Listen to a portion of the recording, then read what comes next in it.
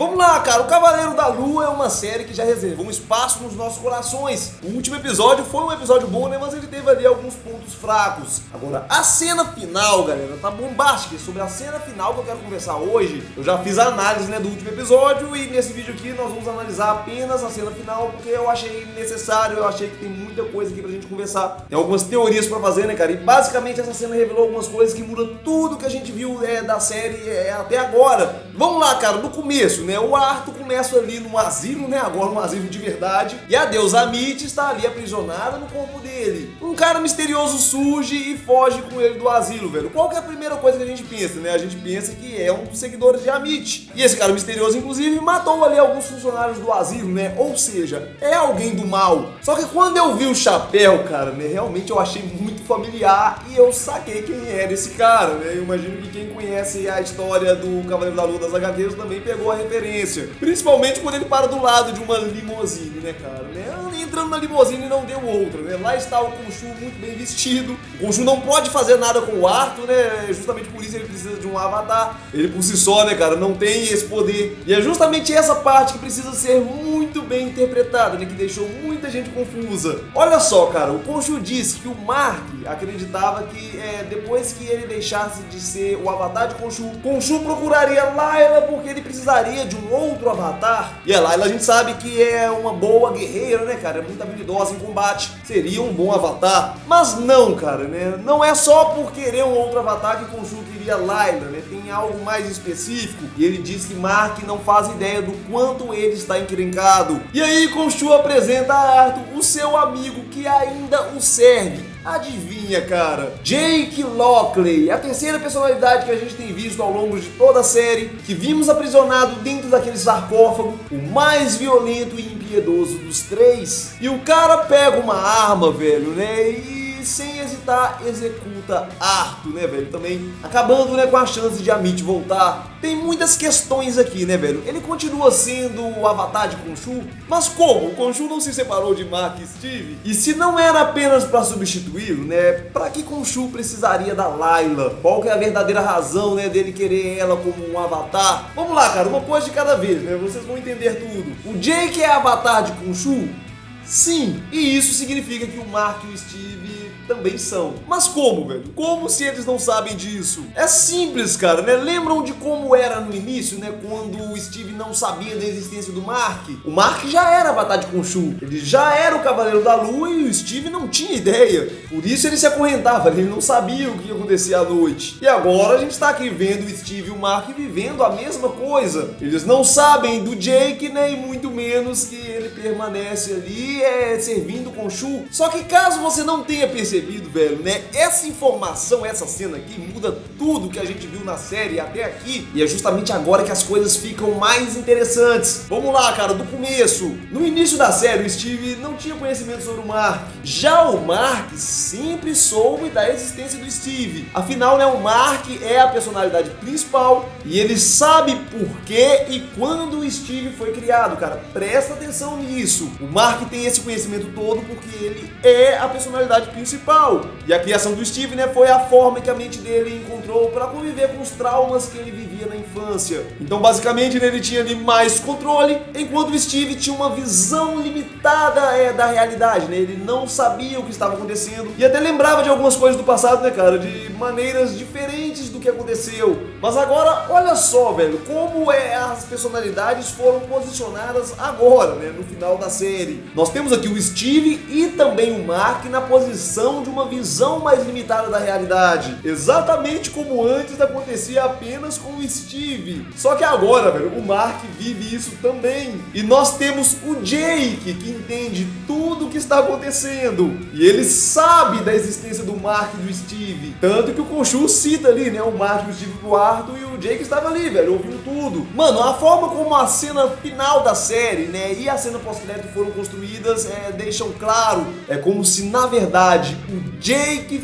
fosse a personalidade principal. Eu falei dessa possibilidade quando eu fiz a análise do episódio 5 lógico de tanto o Mark quanto o Steve serem criações da mente do Jake, cara. Olha só que viagem. Mas como, DS, né? Nós vimos o passado do Mark. Nós vimos lá na infância, né, que ele era o principal. Vimos mesmo, cara. Nós vimos o passado. Nós não vimos o passado, cara. Nós vimos como o Mark se lembra do passado. O Steve lembrava que a mãe dele sempre foi carinhosa. O Mark lembra que a mãe dele foi injusta com ele. Mas e se não for, cara? Olha só, velho. Ô, cara, isso aqui é muito bombástico, mas olha só, vamos lembrar de quando eles estavam ali revivendo as memórias. Teve 2 acontecimentos, cara, né, que a série deixou no suspense. Por algum motivo eles decidiram não mostrar pra gente como as coisas aconteceram. E eu achei estranho, cara, né, mas agora tudo fez sentido. Uma das coisas, velho, foi o afogamento do irmão do Mark. Só mostra eles entrando na caverna, né, e depois gritando por socorro. O Steve não consegue se aproximar. Em seguida o Mark já entra ali direto na cena do funeral. A cena corta e a gente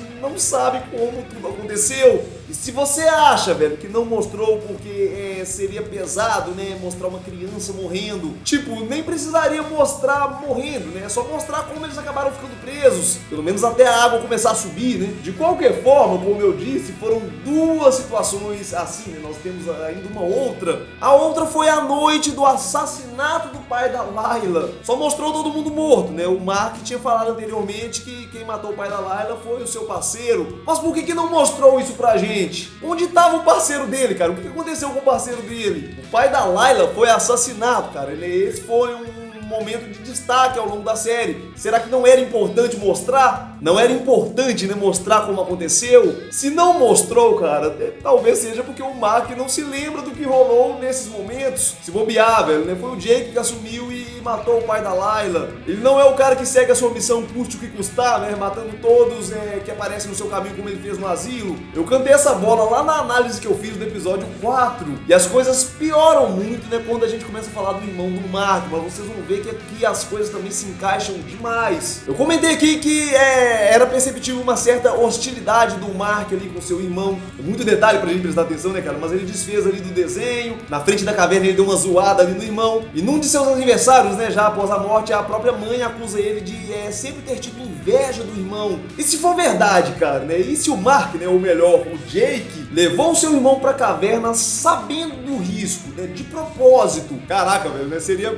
pesado acreditar que ele matou o irmão de propósito, né? Eu prefiro acreditar que não. Essa possibilidade existe, cara, né? Mas mesmo que não tenha sido com a intenção de matar, talvez ele queria sim, cara, né? Fazer algum tipo de mal. Só que aí as coisas, né, cara, acabaram tomando outras proporções. Isso que se encaixa, cara, né, com aquilo que o Arthur falou ali enquanto ele estava confrontando o Cavaleiro da Lua. Se a Mitty fosse governadora há mais tempo, né, o irmão de Mark estaria vivo, porque antes mesmo da sua morte, Mark teria sido condenada pelo julgamento. Eu falei sobre isso, velho, na análise do episódio. Como Mark seria condenado se a morte do seu irmão foi acidental? Por Mark ser condenado, ele tem que ter feito uma maldade. Nesse caso, a morte do irmão, cara, não pode ter sido um acidente, né? Tem que ter algo maldoso por trás da parte do Mark. Ou melhor, né, cara, da parte do Jake. Mas enfim, né, mesmo não gostando do irmão, isso não isentaria ele da culpa. E quem sabe, né, a partir daí vieram as outras 2 personalidades, Mark e Steve. Se querem a minha opinião, cara, né, eu acho que não, né? Eu acho que o Mark surgiu na cabeça do Jake antes. Até porque o Mark lembra desse dia, né? O Steve surgiu num dia que a mãe dele o espancava, né? Antes disso, ele não se lembra de nada. Se o Mark lembra do dia que o irmão dele morreu, velho, né? Então, ele já existia naquele momento. Então, se ele foi fruto também de um trauma, né? Esse trauma está relacionado com algo que aconteceu antes. E mesmo que o Mark seja o principal, né? E o Jake seja uma criação dele, não muda praticamente nada, cara. Não exclui o fato de que ele pode sim ter sido responsável pela morte do irmão e também pelo pai da Layla, né? E, inclusive, talvez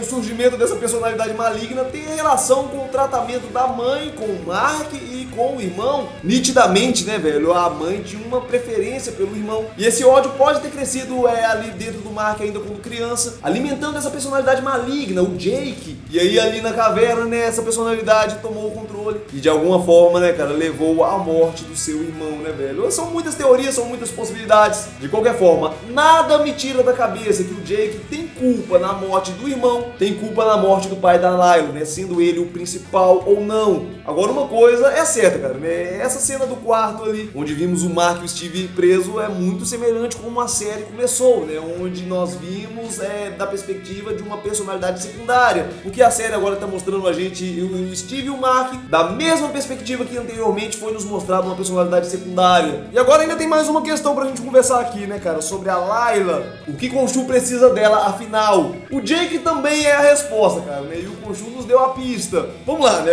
Vamos entender um pouquinho sobre o Jake. Esse cara é bizarro. Ele matou os caras do asilo. Será que essas pessoas mereciam morrer? Será que Khonshu concorda com os métodos dele? Khonshu pune apenas pessoas que praticam o mal? E eu acredito que é exatamente essa questão de Khonshu precisar da Layla, velho. Pra mim tá óbvio. Sim, o Jake é avatar de Khonshu, né? Mas o Khonshu não tem um total controle sobre ele. Assim como ele também não tinha um total controle sobre o Mark, né? Senão ele tinha obrigado o Mark a matar o Arthur lá na pirâmide mesmo. O Mark trabalhou pro Khonshu, deteve o Arthur, deteve a Mitty, mas ele fez do jeito que ele quis. E o Jake certamente também está fazendo a mesma coisa. Ele foi terminar o serviço, eliminou o Arthur, né? Acabou com a ameaça de Amit, mas ele fez, cara, do jeito violento dele, né? Matando todos que cruzassem o seu caminho. E com toda certeza, né, cara, eu afirmo que o Khonshu não concorda com esses métodos. O Jake é o tipo de cara que o Khonshu condenaria, e é exatamente isso que Khonshu quer fazer. Mas pra isso, cara, claro, ele precisa de um outro avatar, né? Como é que ele vai fazer? Vai mandar o Jake se matar? E é aí que entra a Layla. Então é isso, né? O Khonshu quer matá-lo? Não, cara, né? Não é tão simples assim. Dá pra afirmar com certeza, né, que o Khonshu não quer matar o Jake, né? Senão ele não escolheria a Layla como a sua avatar. A Layla não é a melhor pessoa pra matar o Jake, porque dessa forma ela também mataria o Mark e o Steve. Ela jamais faria isso. Então, se mesmo assim o Khonshu escolheu ela, velho, né, o plano não é matar. Justamente, né, por ela amar o Mark e o Steve, ela faria de tudo, né, pra dar um jeito de livrar os dois da personalidade do Jake. De alguma forma separar essas personalidades, né? E quem sabe condenar apenas o Jake. A série já mostrou, velho, que isso é super possível. O Steve foi condenado ao Duat e o Mark não. Se ele cruzasse sozinho, velho, né, os portões de Osiris, provavelmente seria apenas ele no controle e o Steve estaria condenado a passar a eternidade dele no Duat. Então eu acredito, cara, que talvez exista até outros meios de fazer essa separação. E a Layla certamente, cara, tem muito interesse, né, em ajudar o Mark e o Steve. Por isso o Khonshu, né, não poderia arriscar um outro avatar qualquer, né, que não se importe com eles. Numa luta contra o Jake, né, esse outro avatar poderia acabar matando eles. A Layla não.